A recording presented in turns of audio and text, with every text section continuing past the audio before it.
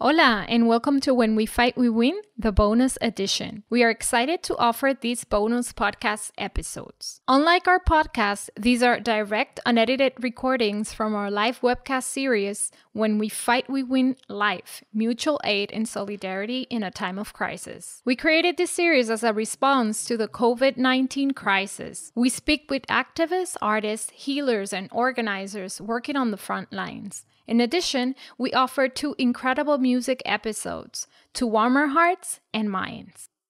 We are so grateful to these inspiring leaders. They're spearheading social change during this incredibly difficult time.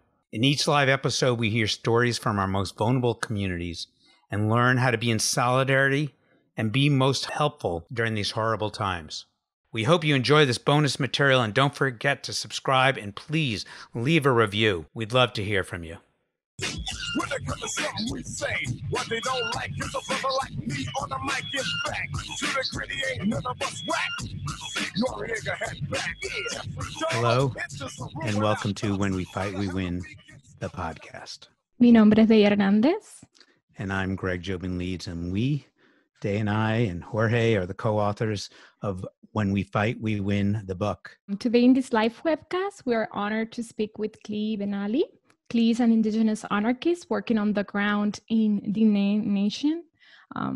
Klee Benally is a Diné musician, traditional dancer, artist, filmmaker, and Indigenous anarchist. Klee is originally from Black Mesa and has worked nearly all of his life at the front lines in struggles to protect Indigenous sacred lands. Klee provides strategic planning and direct action training with Indigenous Action. He also helped establish Tala Wugan Info Shop, Protect the Peaks, and is organizing COVID-19 response with Indigenous Mutual Aid, indigenousmutualaid.org, and as a partner with Navajo and Hopi Families COVID-19 Relief Fund. We really thank you for being with us today. We just can't imagine how busy you all are. We want to acknowledge that Indigenous and Native communities of Turtle Island are at higher risk during the pandemic because of a legacy of colonization rooted in genocide and slavery. And one of the consequences of this legacy of atrocities and oppression is having underfunded systems in place, which have left our communities and certainly Indigenous communities of the lands that we're standing on disproportionately behind. We're here to honor Indigenous and Native life. We're here in the hope and the commitment to continue creating community-based networks which work in solidarity and support radical mutual aid efforts. We're here to learn from your leadership and really to listen. So we want to extend our gratitude for you to being here with us today. I also want to thank Chief Thomas for the connection, truly. And we also, before we start the program today, we want to acknowledge and honor the lives of the missing and murdered Indigenous women across the nation. We would love if we can hold a minute together to honor their lives.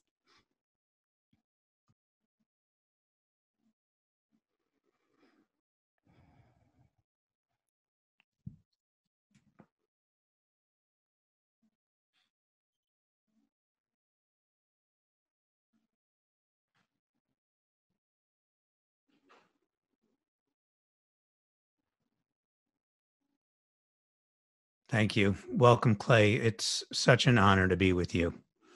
Dey might have explained that we've organized all our interviews into 3 chapters: the pain, the fight, and the win. Dey will take the first chapter, I'll take the second, and we're going to share the third. So here's chapter 1, the pain. Thank you, Greg. Klee, welcome again. Could you please share with us about the work of Indigenous Mutual Aid and what is your role within this network, which is grounded in an anti-colonial and anti-capitalist framework? Yate Tahasintlo, Shei Klee, Dasha Jene, Todich Eatni Shabashishi Nakudine, Dashanella, Shema E Beathachi Ado Beathachi Dasha Che, Zithishin De Na Sha, Confunish Shahawan, My name is Klee Benally. I'm originally from Black Mesa on the Diné or Navajo Nation. Currently, I reside in Flagstaff, which is occupied lands at the base of one of our holy mountains. And so my role, again, thank you for inviting me to be part of this discussion. I'm really interested to see where we go, especially addressing the winning part, because that's always such a challenge. Yeah, Indigenous Mutual Aid was started more or less to bring together a network of radical folks on the front lines of the struggles to protect and provide our communities with relief from COVID-19. And we recognize that all throughout what we recognize as Turtle Island, there were mutual aid groups that had popped up with radical folks, some folks we had worked with before. So we just wanted to create a directory initially, and just a centralized space where people could go online to connect and support. But also we recognized very quickly that it makes sense to be networked together. And so we have weekly meetings where we share some of the best practices, some of the challenges that we face. And for the most part, it's sort of like a collective grieving space and therapy, if you will, but I don't like to consider it that, just because it's collective sharing, is a process of ceremony for our communities. And we also have an emergency fund that was initiated, and it initially had a goal of $10,000, and now it's like over 50,000, I think, which has been really great. And primarily it was, this whole configuration was set up in response to some of what we can consider missionary style nonprofit or NGO relief work, and a way to make sure we were providing direct support and attention to the on-the-ground radical indigenous groups that were doing solidarity, not charity. And so we say, indigenous, because for us, Indigenous Mutual Aid has been happening long before, Kropotkin even started writing about it back in the 1900s, and Kropotkin even recognizes that in his book Mutual Aid: A Factor of Evolution. So Indigenous Mutual Aid for us is not just about redistributing or the radical redistribution of resources. It's about radical redistribution of power, to restore our lifeways, to heal our communities and the land. So when we consider mutual aid, we don't just consider ourselves as human beings, but our non-human relations and the land as well, because this is where we get our power from. And this is why we assert solidarity and ceremony, not just charity, because of the unique, distinct ways that our communities have been impacted by this virus that include, of course, white supremacy, heteropatriarchy, and particularly settler and resource colonialism, along with capitalism. And that, this really has been and continues to be the crisis that has dispossessed Indigenous peoples throughout the world from our very means of survival. And so for us, and I think this, hopefully we'll get more into this, but it's really about if we're to have true solidarity and not charity on stolen lands, we must establish reciprocal terms that have a deep understanding of ongoing legacies of colonial violence. And so that's a lot of what we're sharing with Indigenous Mutual Aid.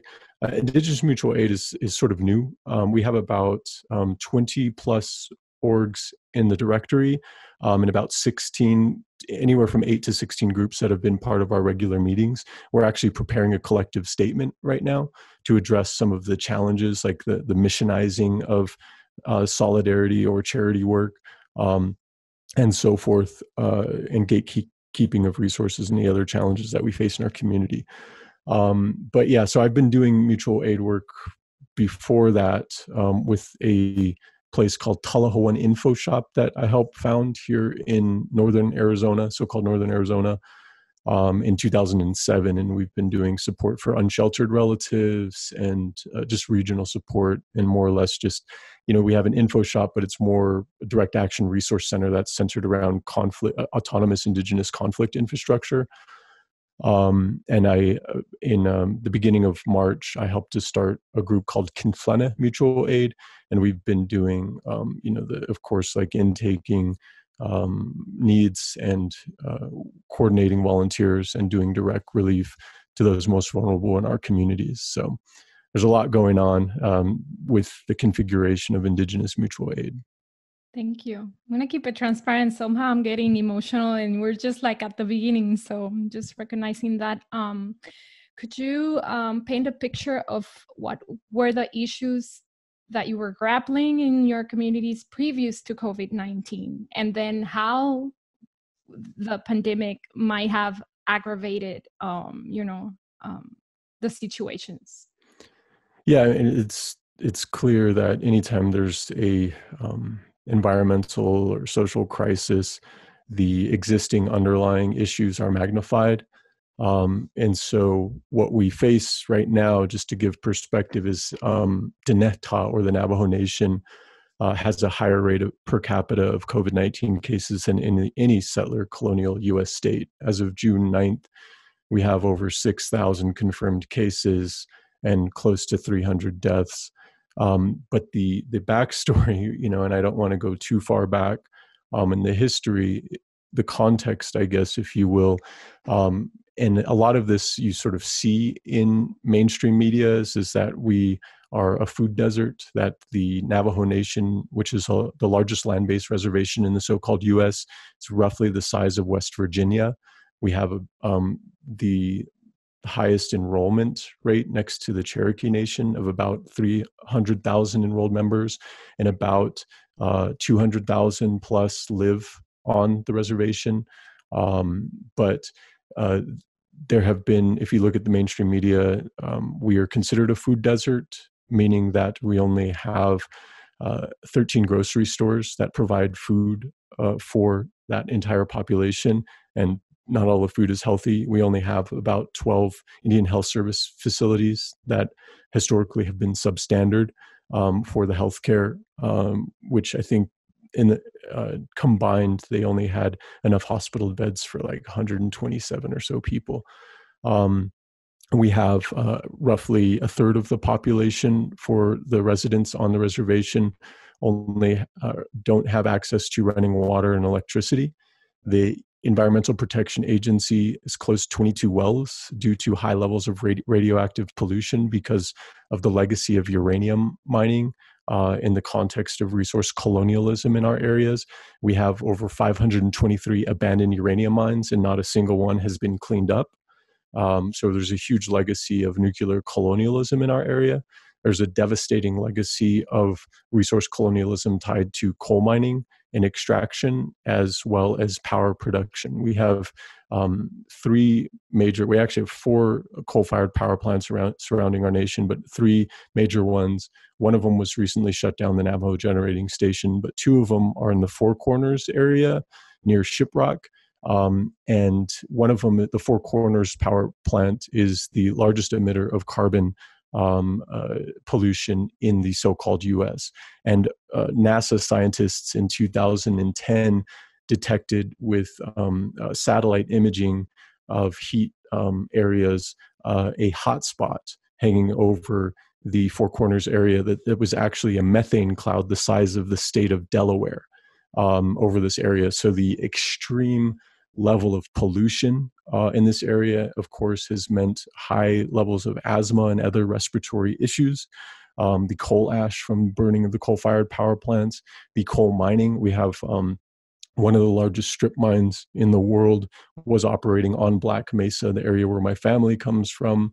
That operation had depleted the water table there, also had been part of a geopolitical conquer and divide tactic by the U.S. government in 1974. They created a law called the Relocation Act, PL 93-531, which effectively split the land between Diné and Hopi people, our nearby relations, and forcibly removed more than 20,000 people from our homelands to open up the area for coal mining. Those coal mines now are pretty much shut down. They're almost dead projects because of some of the advocacy and the shutdowns. I mean, the reality is that because natural gas and fracking has made natural gas more accessible and cheaper, coal is sort of on its way out. And so that's impacting the industry here. And then, just to put in context, because a lot of folks don't have an idea or picture of the colonial relations to tribal governance, that in 1923, the Navajo Nation Tribal Council was established by the United States government with folks that they could work with and control on the Navajo Nation, specifically for the purposes of accessing mineral leases and gas. And so in this area, the San Juan Basin in the Four Corners area has thousands and thousands of fracking wells. Halliburton actually had developed fracking technology in this area in the 1940s. And now that they have improved their fracking technology, they're going back and refracturing these old wells. And so if you look at the landscape in our area, geopolitically, it's a war zone where our people's health has been completely compromised. We have constantly faced what we can consider environmental racism, which undermine our health and our ability to breathe, to have access to clean water and clean land that is not toxic. And so this legacy is part of what has contributed to the factors of the disproportionate or the high rate per capita of COVID-19. I mean, if you look at, the fact that our immune systems are compromised, and this relates to also our diet. Because, some people say that our area, like I said, and I use quotations, is a food desert. The reality is that before colonialism, there were never food deserts for Indigenous people. We live off the land with our traditional food systems. For Diné people, we have 4 sacred foods that are part of our ceremonial practices, but a part of what ensures how we maintain balance with our natural universe and our cosmology. And so food and starvation have been weaponized by colonizers to control, to dominate Indigenous populations. This is history. We faced in the 1860s on up, we faced colonial violence extremely with what is recognized as the Long Walk, to a forced march to a concentration camp hundreds of miles from our homelands after a vicious and brutal scorched earth campaign. Basically, this U.S. military, Colonel Kit Carson, waged scorched earth tactics against our people and burned all our fields, decimated the crops, and also slaughtered livestock and starved our people into submission. And so part of that tactic and strategy was to force people to rely upon rations from military forts and outposts, and also so the military forts and outposts, and also the Christian missions and churches would be distribution points for rations as well. And that was a way to control people. So food has been weaponized, starvation has been weaponized against our people. And so, to say that we're a food desert, it's more like we're suffering from food apartheid or systematic attacks on our traditional food systems and our food sovereignty, our ability to feed ourselves healthy food. And so what we have access today, a lot of, my own relatives have to drive hours from our home on the reservation to go shopping in these so-called border towns, these colonial outposts or settlements around the reservation to get healthy food. Because we have, some gas stations, and I mentioned 13 grocery stores around the reservation. The first grocery store was opened in the 1960s on the Navajo Nation. I mean, it's sort of put it in perspective, but it's not that we're suffering and we're poor because we don't have grocery stores on every corner. It's not that we don't, because we don't have some corporate big box store that's providing, industrial agricultural products on every corner. It's the fact that we have systematically been attacked, that our ability to feed ourselves based on our traditional ways of farming has been destroyed. And so the solution isn't, more corporate dependence and dominance. It's actually to break that down and restore our ways of life. So, our people have been devastated by other ailments, high levels of cancer. Again, as I mentioned, with these sort of like statistics, a lot of people will, also look at this sort of the poverty that exists on our reservation communities, over 60% of the population. But I don't like to frame things that way, because that's a framing of victimhood. It's a frame that doesn't understand and recognize that we still have elders in our reservation communities that don't speak English, that still live subsistence ways of life based upon herding our sheep, growing sacred corn, and maintaining our traditional ways of being and life. And so this is a conflict of values and society, is social order. And this is what we talk about when we talk about resource colonialism and the ongoing genocide and violence against our people. So this is what makes us more prone. This is why we suffer a higher rate per capita of COVID-19 cases, because of this ongoing colonial violence. Wow. Thank you for giving us all that context. So you spoke about water, and you mentioned water, and in recent mainstream news, there was a Navajo doctor in Arizona that said, and I'm going to quote, "You're saying 20 seconds of wash your hands with water. We do not have plumbing." And that's how I grew up. What did this quote means to you, and especially during a pandemic where the first recommendation was wash your hands constantly?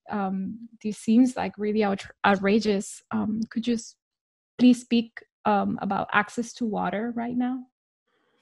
Yeah, as I mentioned, about a third of Diné residents on the reservation don't have access to running water, and so it's just a way of life, how you're brought up. Like I was raised initially where my father comes from, on Black Mesa near Forest Lake, with no running water, no electricity, and that's how we lived. We understand how to be resourceful, to appreciate the scarcity of the resources that we have access to, how to haul water for our livestock, and so forth.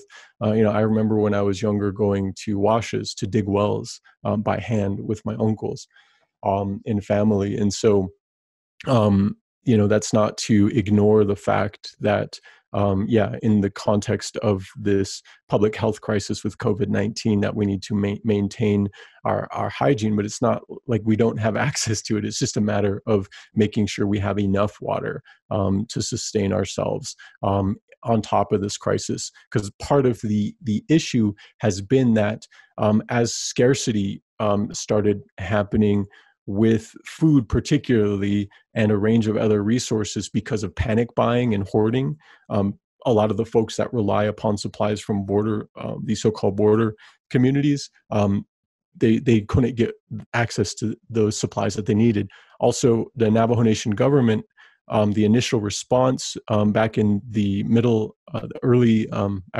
March, when the pandemic was creeping into our community, they had shut down our local governance systems, these chapter houses, which basically are like our sort of like local city council kind of, but much smaller and less complex than that. And they shut them down. But some of those chapter houses had the wells, access for wells for people to get water. And so the fact that those were shut down by the bureaucrats in Window Rock, where the capital of the Navajo Nation is, where the council chambers are, created a significant barrier for some of those folks who rely on that. But yeah, it's been a challenge. I mean, we can't ignore that, in a time where we're asked to stay in shelter in place for 2 weeks, at least initially, that, we didn't know where some of, for some of our families, where we were going to get these resources from. And it's a big challenge, especially if people aren't able to work and provide the resources that they need as well. But my aunt lives just a little ways north, about 40 minutes north of here in Flagstaff, and she doesn't have running water and electricity, even though if you go to her house, and this is a story for many of our communities, there are transmission power lines that go right over her house, right by it. But, she doesn't have running water, electricity. And this is a clear testimony to the fact that this is resource colonialism, which means that the the power, the destruction of Mother Earth and the taking of these resources is not meant to benefit us. It's meant to benefit settler colonial society. And so, but they haul water, and, you know, we've been helping here and there, or they've been connected with the chapter house and other advocates in the community. There's been long-term support from a range of different organizations to provide relief on that basis before this crisis. You know, many of our communities had a lack of access to running water, and that's been a contentious issue. We've been fighting for water rights that the Navajo Nation has access to, and they're currently being litigated against whole states, the state of Arizona and a range of other states, because the Colorado and the Little Colorado rivers are tapped out, basically, with allocations for access to water and usage for agricultural purposes, for municipal purposes. So the water wars have been in effect here in this region for quite some time. And it's being litigated, it's been challenged. Indigenous folks have risen up to stop these settlements from happening, to undermine our access to the water that are actually sacred waterways, and so forth. And so, you know, I mean, back in 2015, I have to state too, we had the Gold King mine spill, and I don't know if you saw that or you remember that, but the EPA was doing maintenance on an old abandoned gold mine in Colorado, and one of the plugs failed, and so it breached, and millions of gallons of toxic, heavy metals, arsenic, and so forth, flowed into the Animas River, which connected to the San Juan River, which was one of our sacred rivers. And many Diné folks in the Four Corners area around Shiprock and so forth rely on that river for traditional agricultural purposes. And so that whole year, almost all the crops were completely devastated because the water was so contaminated. It was yellow. It was bright yellow and poisoned. And so some of the farmers, it took a long time to recuperate. But part of the relief effort from the Environmental Protection Agency is that their response was to send out these big, massive drums, these barrels that were rinsed out from fracking. And so they previously had fracking fluids in them, and that was part of their relief response. So it shows the callous disregard for our world beings and ways of life. But yeah, it's a challenge, and I don't want to say it's not, part of the contributing factor for people maintaining hygiene, not having access to running water. But, our people have made do and have been resilient. Many of the traditional names and for places that our folks live are based around water as well. And so water is life in the Southwest. We can't ignore that reality. And another reality that has faced our people is, and I think this is sort of common globally, is that unsheltered folks can't shelter in place. They can't stay at home, and they can't maintain hygiene if they don't have access to running water as well. And so we actually built hand washing stations that were modeled after camping hand washing stations, just using 2 5-gallon buckets and a fluid siphon and some tubing. And we were able to make hand washing stations, and we're actually distributing those throughout the Navajo Nation as well now. So not just we initially made them for unsheltered folks, but we're distributing, we had chapter houses, officials stop by and they're like, hey, can we get some of those? And we sent them up, and we've been sending them to some of the very remote Diné families up in Black Mesa as well. That's awesome. Is that part of the mutual aid? And if you can just briefly describe what's Dey seems. Well, I feel bad because today the crew at Tullahoe and Info Shop, where Indigenous Mutual Aid is based out of, they've received tons of supplies. I don't even know how much, a huge truckload of supplies for packages of food, primarily dry foods and also produce, for 50 families. And these are all families, actually it's coordinated by Shannon Lynn Chester, who is one of our coordinators with indigenousmutualaid.org as well as Indigenous Mutual Aid, but she has her own project, which is Diné Healers Relief. And she goes out and she gives supplies to our Diné healers or hatathlis, which are our traditional medicine practitioners. My father is a traditional medicine practitioner, and that's how I was raised. And so she goes out and delivers supplies, PPE, or protective gear, just to make sure that they can stay home and stay isolated. And because we're very protective of them, they're our traditional knowledge keepers for our ceremonies and so forth. And so they're processing all those supplies. So what we do is we intake, like this today, they're intaking a massive truckload. We have a pretty big facility between two buildings that we actually own. We purchased them in 2011 and 12. And we have one large facility. It's about 900 square feet. We put out tons of tables. We have two sections, one for hot materials where we then have somebody manage those, and then a clean table. And then they sanitize and process everything. And we have about probably 7 volunteers doing that operation, just to keep things sort of small and we can social or physical distance in that space. And then we have a range of other volunteers that are probably right now running around filling hand sanitizer and putting other parts of the packages together. So our facility is completely maxed out. All of our storage space is maxed out. We have we created like an ad hoc DIY walk-in refrigerator.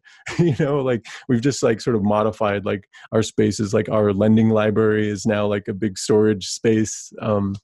And so forth. And so it's really lively, very active, but people take it very seriously, especially because there are still many unknowns with this virus. And so what we do is we make sure that we maintain the highest standard that we have researched regarding safety protocols for sanitizing and preparing the dry goods and the fresh produce to distribute out to our vulnerable communities.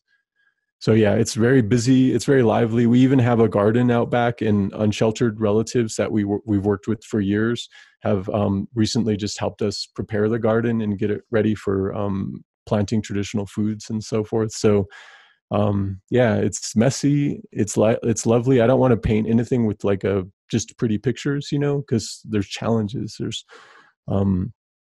very, very difficult things that we also have to face in the reality of the organizing that we're doing. But, right now I feel bad for not being there, because that's pretty much day to day. Like every day we distribute clothing and wellness kits and other supplies for unsheltered relatives, because part of the impact of COVID-19 is we have many more people on the street. They're basically refugees.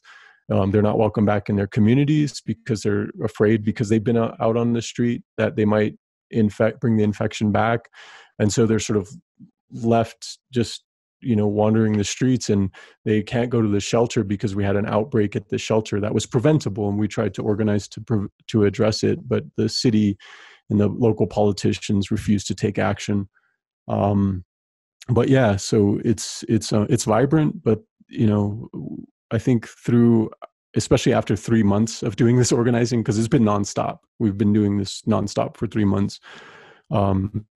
Sometimes I'm amazed, because it's like a living organism. And every day we get out a lot of supplies, we organize, we process, and we provide relief in the best and most meaningful way that we can on a regional basis. It's not just for the community that we're based in. It's just because we're here at the so-called border town of the reservation, we can have more of a regional impact to bridge some of the resources. So we leverage that as best we can.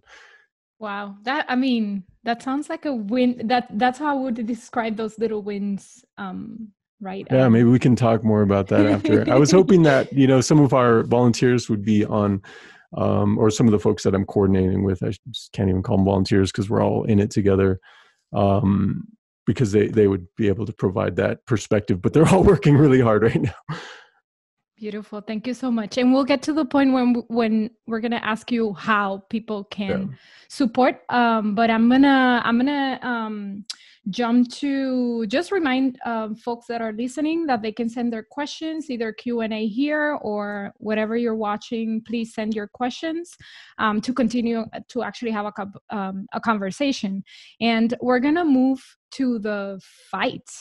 So, Klee, we're just in such an unprecedented moment in history, right? We got this pandemic, which is so wild, and now we have seen this outpouring of support from the for the Black community since the recent police murders.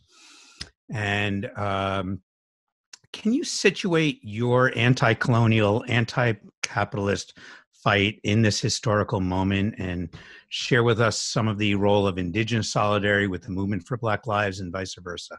Yeah, it's actually, as we're building mutual aid and talking about solidarity, not charity, so, powerfully in the transition, from the beginning of the year. It's interesting, who would have ever thought that mutual aid would have its moment, or this concept and this approach in such a powerful way. And so I think it's a powerful transition that is essential. I mean, the legacy of white supremacist colonial violence is a shared legacy with Black and Indigenous communities. From the start of police and policing with slave patrols, and also the initiation of police patrols against Indigenous folks to maintain settler colonies in the context of the U.S. We have that shared history of the experience of why police exist and how they've been set up specifically to attack Black and brown bodies. And that history is actually shared with the National Guard too. That can't be ignored. If you look at the history of the National Guard, it's actually an anti-Indigenous history of a formation of militia volunteers from settler colonies to police and protect settler colonies from Indigenous peoples. And so the solidarity component is essential, especially because the way anti-Blackness exists and has spread and has been used in many ways as a weapon of white supremacy to conquer and divide and keep our people separate. And so in this time, it's really critical to have these conversations to center both voices in understanding that if we're really going to, fight to liberate the land and all the people, and if we actually really want to talk about no justice on stolen land, and we actually mean that, then we have to talk about land, and that has to be grounded in our understandings and our strategies to build towards liberation. And so those are challenging conversations, though, because there are many folks who, don't want to dig that deep and understand that, like for them, repatriation is sort of like part of the recuperation process just to reconcile with settler colonizers, the violence against Black bodies with slavery. But it's a wound that we all share. So it's a wound that we all have to heal. And we have to look at the complexities of the way that our communities have been ravaged by colonialism and find ways to heal together. And I think that's this is a very powerful moment to do that. It hasn't, and this is nothing new. These aren't new conversations. This kind of work has been happening for a long time, especially within Afro-Indigenous communities. But, as I mentioned, anti-Blackness has existed with, especially with the Cherokee attack on the freedmen and disenrollment.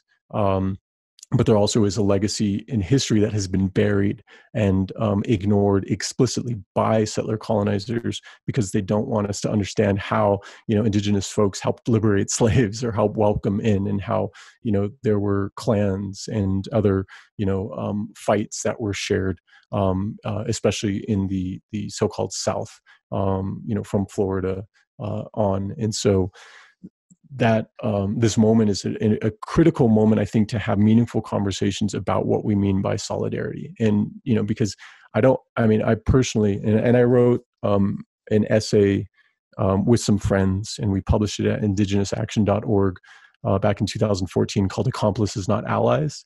And a lot of the attitude, the thought behind that is actually written for these times, to say that if we really are to be in solidarity with each other, to support each other's struggles, we have to go more meaningfully into relation with each other than the superficial concept of allyship, which has been so watered down and has been so co-opted and really sort of like fetishized by liberal imaginations. that it is turned into an identity, especially by white folks, that then can be weaponized to determine, well, who is the legitimate voice, and that kind of tokenization, that kind of selective placement for support and resource and material support in our communities is extraordinarily divisive and undermines our ability to build power and autonomy in our communities. But that's the same dynamic and strategy that the nonprofit industrial complex is also rooted in, where it shifts resources from one place that's too radical or militant into another place that is more passive, that is agreeable with the dominant social order. And so that's a tension that we're facing today with movement policing. Movement policing by all kinds of liberals from all kinds of backgrounds. So I think identity politics needs to be addressed. We're beyond, hopefully, those discussions of oppression Olympics and hierarchies of oppression. And to me, this is just about having actual conversations, real talk between our communities about what we fucking mean by liberation. Do we mean restoring and recuperating and negotiating and having some kind of mediation with settler colonial society, so we accept those kind of reforms that are agreeable to us?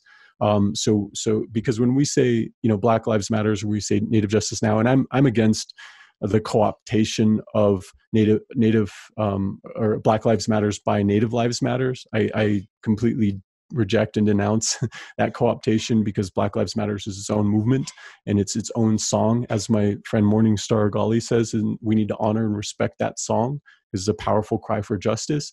And of course, if we look at the statistics, Indigenous folks disproportionately based upon our populations face, more severe police violence, but this isn't the time for that conversation, because what we are calling for when we talk about Native Justice Now and Black Lives Matters is the dismantling, the intervention of white supremacist police violence against our bodies, in our communities, so that we can have justice for our people. So we need to actually be talking about, what do we mean by fucking justice? Do we mean just reforming the system, or do we mean going deeper and making sure that we can liberate the land for our people and non-human beings as well?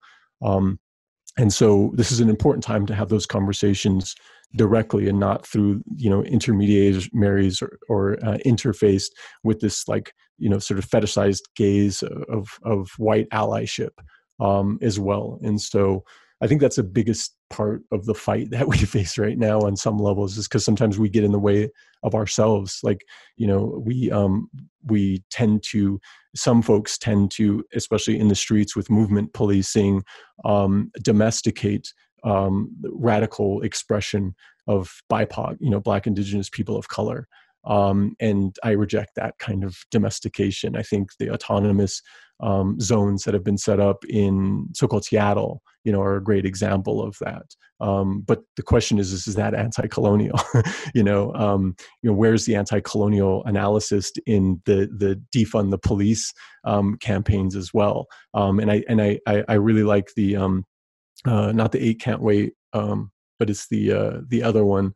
That's the abolitionist 8 response. And to me, that defund strategy, it's like, well, I'm not interested in economic strategies, moving things around with capitalism. I can understand how you can starve a violent entity of its resources and thereby, have it expire.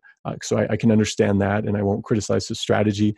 But what I do look at, especially when you see those slides going around online and social media, is there's a community governance component. That's a proposal for the abolitionist perspective of defund the police. And to me, it's that's a perfect place for anti-colonial analysis.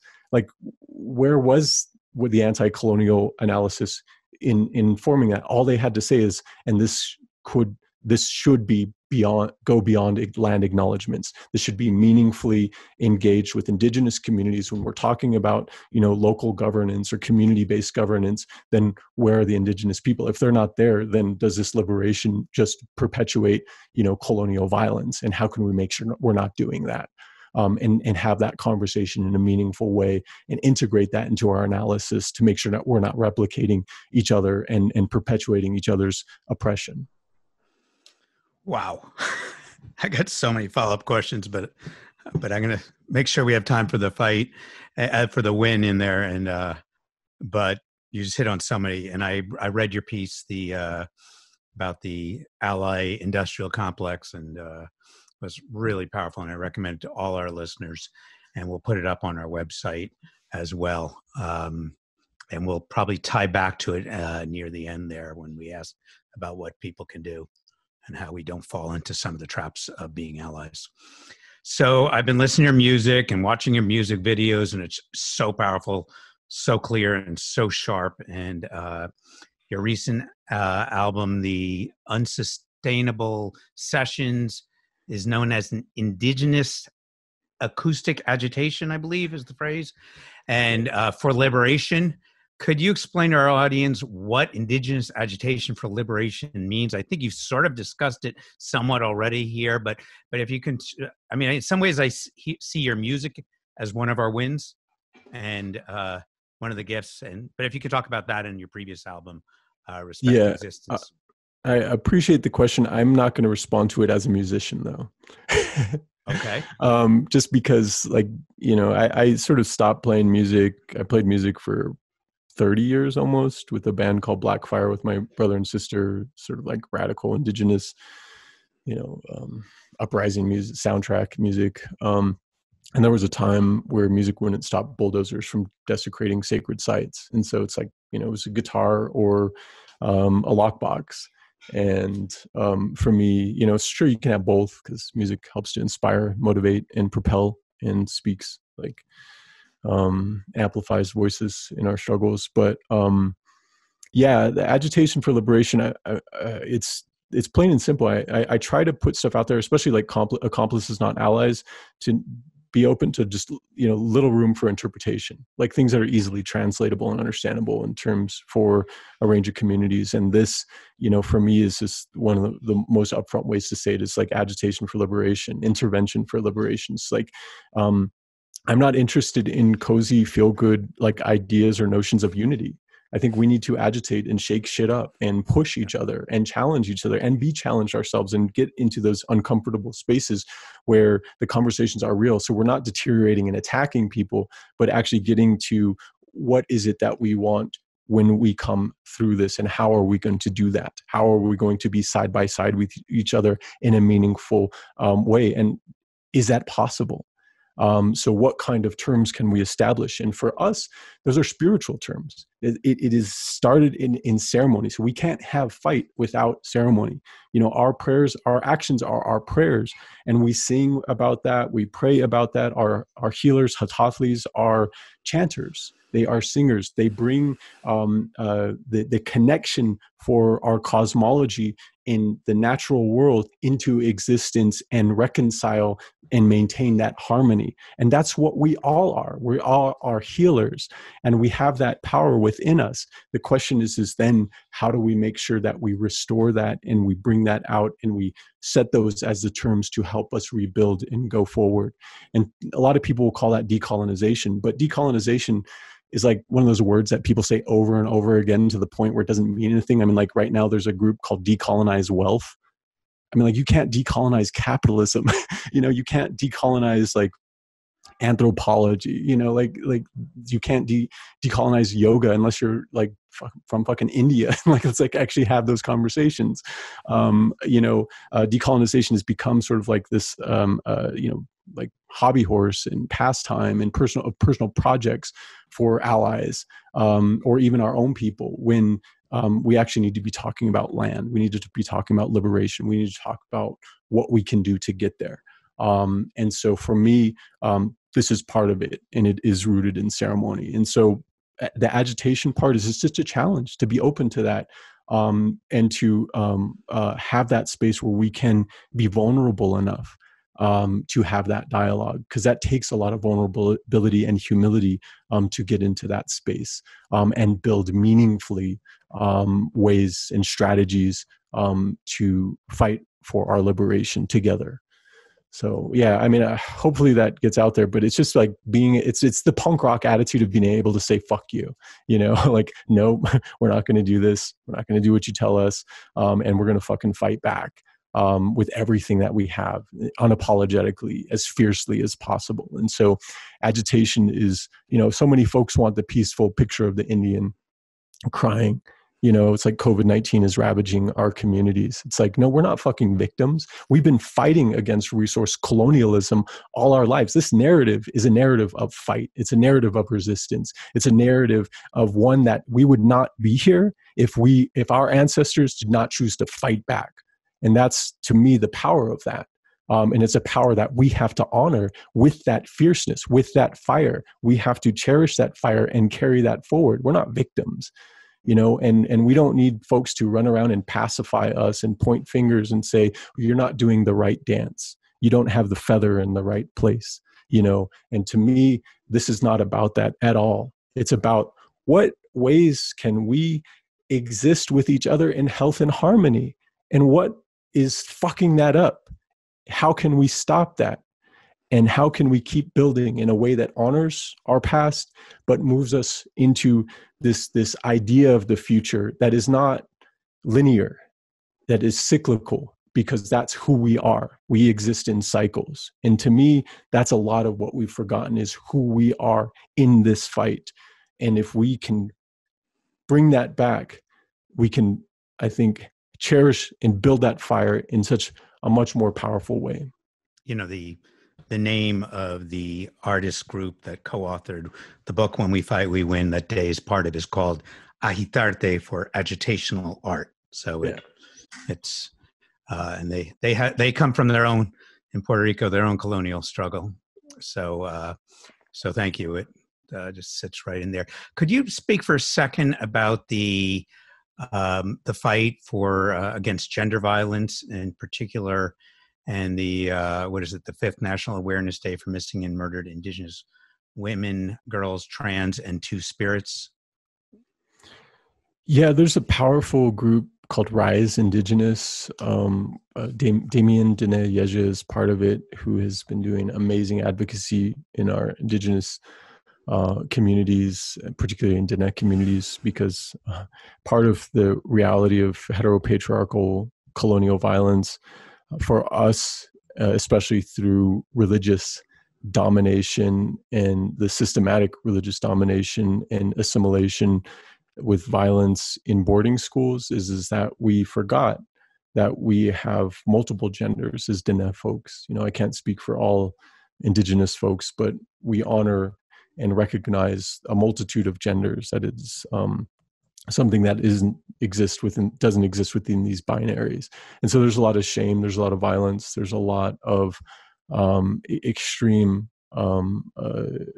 trans and homophobia in even our own communities that, is sort of side by side with anti-Blackness as part of the internalized process of colonization and violence that we, unfortunately, in many ways, not just unfortunately, but in reality, we express, some folks express outwards. And so there's a lot of really beautiful and powerful organizing that's being done in our communities to restore our understandings of our cultural identity through traditional knowledge, and cherish those Nadle and other genders with Diné folks as keepers of ceremonies and healing ways as well. And so is really powerful. I highly recommend people checking out Rise Indigenous. They're on Instagram and Facebook, and Damien Diné Navajo's work through that.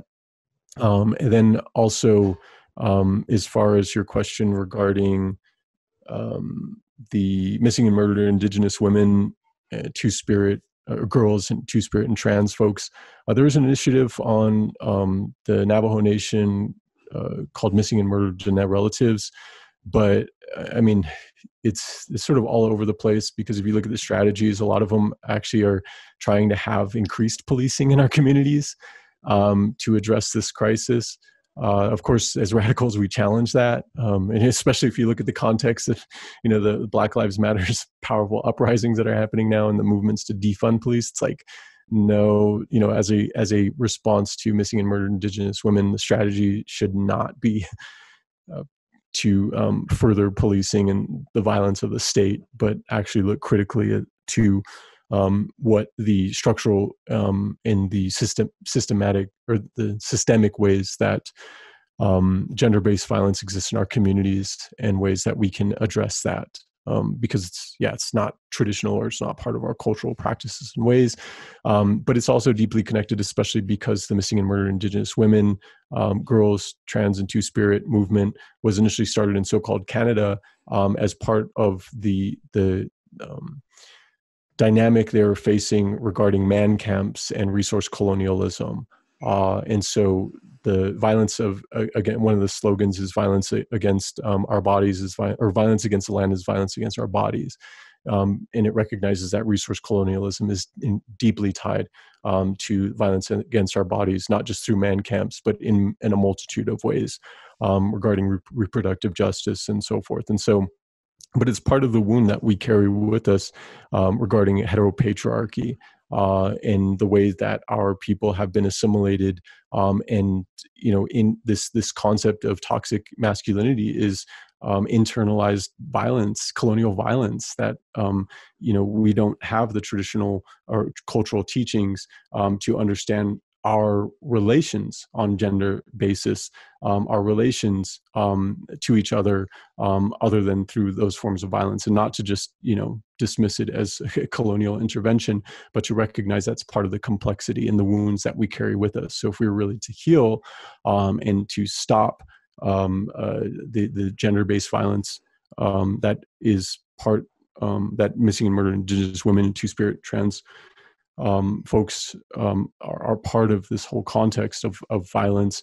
We have to understand it in those terms and understand it's not just an individual issue, but it's their community issues, and that our cultural practices are part of the solution to restore, retain, and regain and uplift the matriarchies that we've had. And intervene in effective ways, especially with cis male Indigenous folks taking on that understanding and hold each other accountable and engaging in and helping to restore transformative and restorative justice practices in our communities that are traditionally based, that don't need the cops, don't need police, but are centered and rooted in ceremony, and to be able to heal those wounds that are part of that toxic masculinity that allow people in many ways to perpetuate and benefit from heteropatriarchy and gender-based violence. So yeah, it's an intense reality. I mean, just here in Flagstaff alone, in the past few years, we've lost many sisters, some unsheltered relatives, two of them recently. One is Nicole Jo, another one Vanessa Yazi, and then also Ariel Bryant, who was a youth organizer with us in a struggle to protect the sacred sites here. And of course, the cops aren't investigating that, her situation. And then also L'Oreal Sinigini, who was murdered in Winslow, another so-called border town to the Navajo Nation, by a white cop in, I think, 2016. But yeah, so the reality of gender-based violence and the struggle for missing and murdered Indigenous women is rooted in the understanding that this is part of the larger colonial legacy of violence against the land, which is violence against our bodies.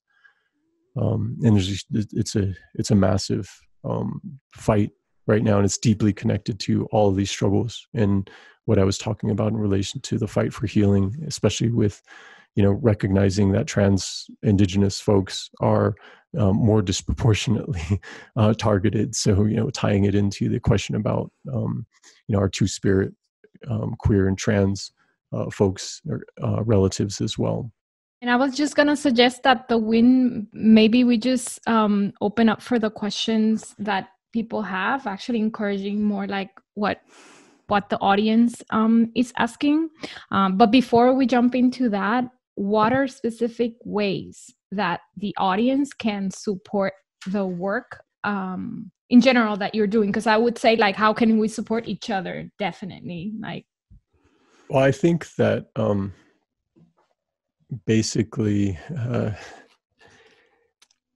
we can't talk about bringing our people and each other up unless we're actually talking about and organizing how we can tear the system down. So tear the system down, intervene where you're at. There's a lot of folks who are even now rushing to the Navajo Nation to provide relief, to Diné, to our communities. And we're like, wait, you're traveling across the country, like so-called US, Turtle Island, bringing supplies. Like, how much resources is that taking? And like, there's a potential risk for infection. It's like, why not empower and uplift the voices that are and provide material support directly to those folks who are organizing on the ground? And so, like, rather than sort of create this dynamic where it's like the Zapatistas, like, oh, the fight is elsewhere, so let's support them. It's like, no, this is an indigenous fight globally. Where are we at? Whose lands are we standing on? And going beyond superficial land recognitions and acknowledgements, because the politics of recognition is an empty politics at the end of the day. Narratives, of course, reinforce and establish our identity. So there's an important component to addressing media justice in that context, but it's not the politics of liberation. And that's where we need to be focusing on. A lot of folks just are focusing on, oh, we're acknowledged. That's great. Somebody checked a box. But if we're not in the room, if we're not meaningfully at the table, helping to inform strategies and doing this work, then it's like charity missionized work that still is perpetuating this concept of the forts rationing not just food, but other resources and power. And that's what the nonprofits are doing right now. That's what a lot of white so-called allies are doing right now. So we need to go more meaningfully that and go beyond land recognitions and make sure that we're honoring those whose lands we are on. That's what anti-colonial struggle means. It's actively tearing the system down, intervening in a range of different points with whatever resources, weaponizing your privilege or whatever you want to call it, and engaging in the attack that we need while the system is as weak as it is. Because the system, it failed us a long time ago, but actually it was never designed for us. So the system, really never failed us. It's operating the way it was designed to operate. It's just failing in the face of this global pandemic. Because capitalism and colonialism are crises, they're plagues, they're viruses. And so if we understand it from that perspective, we can connect with each other in ceremony to have these conversations and support each other. But practically, people can go to indigenousmutualaid.org. There's an emergency fund there where people can contribute to, and we are prioritizing distributing funds to the Navajo Nation right now, just because it's such a hot spot for outbreaks. But we are distributing funds unrestricted and just getting as much support unmediated through the nonprofit industry as quickly as possible to folks on the ground, radical Indigenous mutual aid projects on the ground that are working, and then just go through the directory and do direct support for those groups as well. So I think like fighting where you're at, looking where you are, articulating a relationship to Indigenous folks whose land you're on, and situating yourself in the fight, because this is a war. This is a fight. This has been over 500 years of war for our people. That's how long our bodies have been piling up. And so making sure that we understand things in those terms, engaging, and then helping to move that forward, I think is key. Thank you so much. Maybe I'll jump to a question from Dorla, who ends her question by saying, I'm a Black Latina woman. Is there a way to get info on the different acronyms used? Also places to get reliable information, resources about Indigenous people. I really want to start to learn about other groups with which we should be sharing this earth. And I also want to invite that if you want to email some of these to us or get it to us, we can also put it out on our social media and our website. But if there's one or two that you want to point Dorla to. Yeah, one of the powerful things with the Indigenous Mutual Aid sort of network is that a lot of folks that have responded, who stepped up to do mutual aid work, have been doing this work long before. And so I would go through the directory and connect with some of those groups. We operate a website, indigenousaction.org, that has some resources as well. And there are a range of other sort of clearinghouses for information that are addressing things on a radical level. I would just be suspect of anybody who's saying like, all right, now sign up for the census and get registered to vote. So go through and check them out, check out the range of sites. But yeah, I say that with the caveat of of that. But yeah, there's a range of resources, and I would be happy to put together a resource list as well in response, and maybe email that to y'all as well. Awesome. Thank you. you. And as far as the acronyms, I'm not sure which ones you're referring to, but I would be happy to send stuff out. I remember you said BIPOC, but you also addressed it. But we can make sure that we share those. I have a question here. Jen says, what thoughts does Klee have about possible ways to fight food apartheid on the reservation? There's a really powerful report on, if we're speaking specifically about the Diné or the Navajo Nation, there was a powerful report that was compiled by the lead researcher Dana Eldridge back in 2014 through the Diné Policy Institute that contextualized this history of food deserts and violence, colonial violence against Indigenous folks, and made several proposals. And they were based around food sovereignty. And there was a follow-up report after that, I think a year after that, that made very specific recommendations. And so there are groups throughout, not just the Navajo Nation, Diné, but also the Hopi Reservation, Lillian Hill, and their partner Hakobo have a really powerful project called the Hopi Tutsqua Project. It's a completely traditionally based with Hopi teachings way of establishing food sovereignty. And so there are models, there are proposals out there. We've been working on some with our small community gardening projects, but I think that the key is to because COVID-19, as much of it is a public health crisis, it's also a resource crisis because of the lack of, the scarcity of resources. We're talking about water, we're talking about food. And so for us, it's about making sure that we're not just relying on these corporations and the dependency, but it's showing the disparity of where, okay, we need to close this sort of like gap that we've, this fracture that has happened. We need to close that and heal this wound that has separated us from our ability to feed ourselves from the land. And so there are like Tolani Lake Enterprises outside of Loop on the Navajo Nation. Loop Family Farms was another project that was doing the same thing. There's a whole range. Janine Yazi with Six Worlds Institute.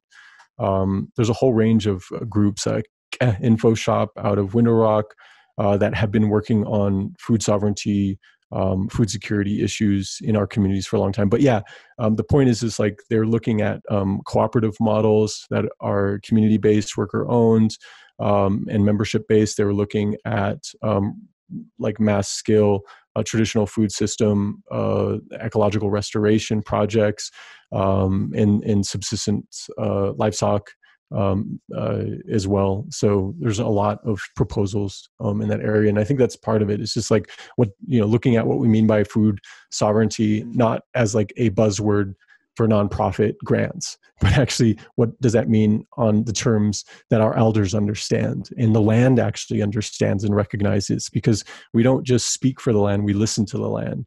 And does this land support us and sustain that? And how can we make sure if there's not enough water here, we can shut down that corporation that's stealing that water or poisoning it, So it's all part of that.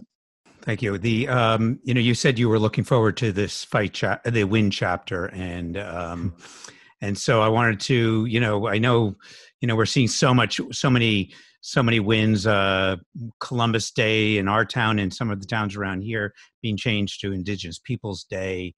The growth of the day of mourning that we have here locally at Plymouth Rock, Native people at the center of the climate movement, news from New Brunswick just recently, to the coastal pipelines to Australia. We're just seeing so much. And then statues being toppled and seeing so much there. What do you see as some of the wins? I described your music as one of the wins. What do you see as some of the wins that that you're experiencing right now? Well, it's interesting that you reference Indigenous Peoples Day, because I wrote a zine with some friends that's published on indigenousaction.org that says it's called Unsettling Colonialism Beyond Indigenous Peoples Day. basically addressing the politics of recognition. It's just like, we have the city of Flagstaff here, population of about 60,000 folks, 10% are indigenous. Every year there's about 5,000 to 7,000 arrests. Half of them are indigenous. So if you do the math, that's about 3,000 indigenous folks that are arrested each year here in so-called Flagstaff. Yet we only comprise of 10% of a 60,000, 70,000 population. So it's half of the indigenous people that live here. They also signed a contract back in 2002 to sell 180 million gallons of treated sewage to Arizona Snowbowl, a ski resort operating on the San Francisco Peaks, which is one of the 6 holy mountains for Diné folks that uphold our universe, for snowmaking purposes because of climate change. Climate change is real, right? And so, but they don't, they're trying to find a way to save this ski industry, operating on so-called public lands on the Forest Service. And so, or on the U.S. forest. And so the city of Flagstaff sells that wastewater with this contract, and they benefit from cultural genocide of our people by desecrating this mountain with treated sewage for snowmaking, for recreation. And so the city of Flagstaff just in 2018 declared Indigenous Peoples Day to be celebrated instead of Columbus Day. So if that's not hypocrisy, if you can on one hand celebrate Indigenous Peoples Day, yet desecrate our holy site and perpetuate and benefit off of cultural genocide and lock up every year, arrest and lock up every year half of the indigenous population here, don't talk about Indigenous Peoples Day to me. And so your question about the fight, sorry, I just had a bone to pick there. It was about the win. The win, yes. Sorry, I'm always fighting. It feels like rarely winning, even though we need to celebrate. I think as Angela Davis once said, celebrate even the small victories that we have. But I preface this by saying that we can be a lot more creative and deep than doing mutual aid work while making demands of the state right now. And that the fact that you can have settler colonial mutual aid, or mutual aid operated by settler colonizers who want to maintain and recuperate capitalism and, settler colonialism through this crisis, is why Indigenous mutual aid is necessary. And so as we talk about the wind, I have to talk about prophecy, I think, first, because they've warned about the consequences for violating Mother Earth. Folks say global warming is the greatest crisis facing humanity before this crisis, of course. But it's a consequence of the war against Mother Earth. If we take a step back and understand that from our spiritual terms, our ways of being have guided us through the endings of worlds before, and as this sickness ravages our lands and we organize to take care of each other and those most vulnerable, however we name that healing, we must constantly ask ourselves if we are willing to continue to allow this empire to recuperate itself. And for us, this is about an ending of a world and a transitioning. And so the win, is that it's not just that we're still here, but it's still that we have that connection, that we have those understandings, and that we can transmit those into the future. But the current future is one that we reject. The current future is one that we should reject with all our passion, all our power, and all of our might, because this is a future that is made from heteropatriarchal, racist colonizers who want to exploit and dominate and control every aspect of life, from the very foods that we eat, to the air that we breathe, even to the night, as my father says. He's like, they own the night. They think they own the night. And I asked him, I was like, what do you mean by that? And he said, well, it's because you have to pay to go to sleep wherever you are. Before 1492, no one was homeless. And so this win is that we have our elders, we have that knowledge, and we are continuing that fire.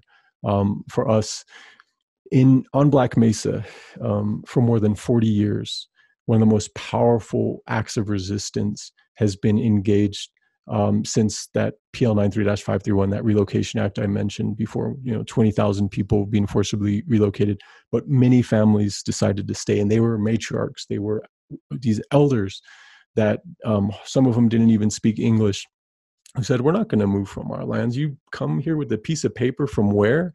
I never been there. I never seen you before. You just come and you have a gun with somebody there to enforce whatever you're saying. They said, we're not leaving. And they stayed.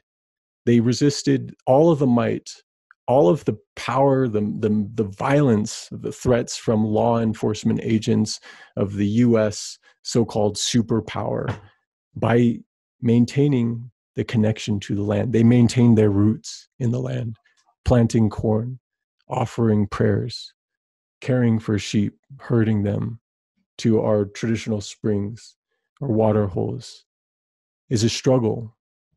But they did this without running water, electricity, and they're still doing it to this day. They're still there on Black Mesa resisting. And to me, that fight is the win. It is that power that we continue to carry forward and cherish. And it is a struggle. It's not easy. It's not pretty. It's messy. We make mistakes. We say things that offend each other. We don't get along with our relatives, our brothers, our sisters. But it's a fight that recognizes that it's a spiritual struggle and we are all healers, that these wounds that exist, it's part of the damage psychologically in the way that we have all had our minds colonized to think that we exist with a beginning, middle, and end for our ways of being that's linear. But if we reconnect to this circular, cyclical understanding of how we are connected, not to use that in a cliched way, but really the understanding of who we are and how we relate to each other, then that aid has always had mutuality. It has always brought us in each other with all of our relations back into circle when we're out of harmony. And it has always fought those forces that had sought to disrupt that harmony and create violence and violate our people. And it sometimes has done that aggressively and powerfully with an extraordinary, beautiful diversity of tactics that sometimes means the ceremony of fire and the power of fire burning shit down. So from those ashes, things can be rebuilt. We've grown up, if you ever come to the Southwest, you can look it up online. We've grown up in ruins. We've grown up in areas where there are ruins from, the anthropologists say past civilizations, but no, we understand the histories. We're still connected to that history. People have come, people have gone. We've been in cycle. And this is part of what we need to restore. This is the win because we're carrying that forward. Thank you, Klee. And you have such a beautiful, beautiful fire. So much respect for everything you shared. You even answered that last question, everything. So thank you so much for being with us. And I truly offer from our perspective as well that this is not a coincidence. And I really hope that we can build together. And then thank you for the audience for being here and sticking with us a little bit over 20 minutes. If you're wondering how you can get involved, please follow Indigenous Media. What was that one again, Klee? Indigenousaction.org. You can email me to it, indigenousaction@gmail.com too, or Indigenous Mutual Aid @protonmail.com if you're more comfortable. Beautiful. And follow them and follow us as well. We will put some resources at whenwefightwewin.com. And we hope that you will join us in 2 weeks from today on Wednesday, June 24th at 5 p.m. Eastern Time at the same place. Yes, at that time, we're going to be joined by Mary Hooks from Southerners on New Ground. And she's an incredible, powerful leader. And you can catch us again on Zoom or Facebook Live at 5 Eastern. Klee, again, just thank you so much. Your insight, your analysis, your fight, your music. If people want to share today's show, a remastered recording is usually available 4 days after each show, and it's on Facebook and YouTube, and it will later appear on our podcast platform. In the meantime, please, everyone, look after each other. Please join and help us all look after our people on Diné land, and please stay safe and well. And you please tune into our podcast and rate it and share it. This episode was produced by an amazing team that has been collaborating across continents. Juan Carlos Dávila and esta servidora are the producers of this show. Osvaldo Budet and Talia Carol Cashimuel are the associate producers. Yuri Los Sordo is our managing producer.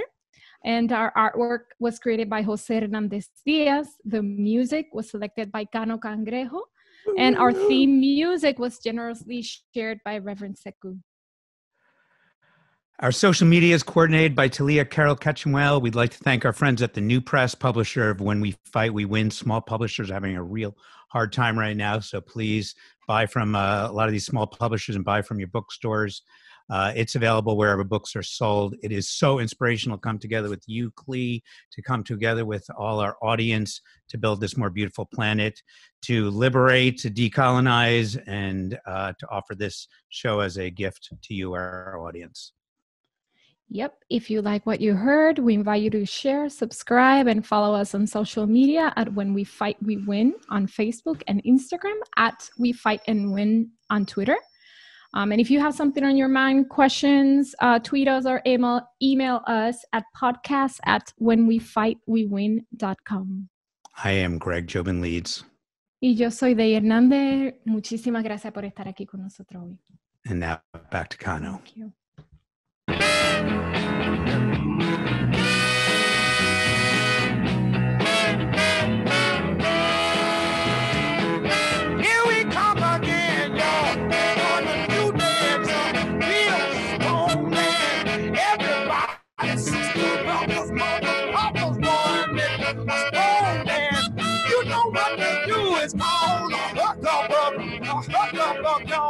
Real strong.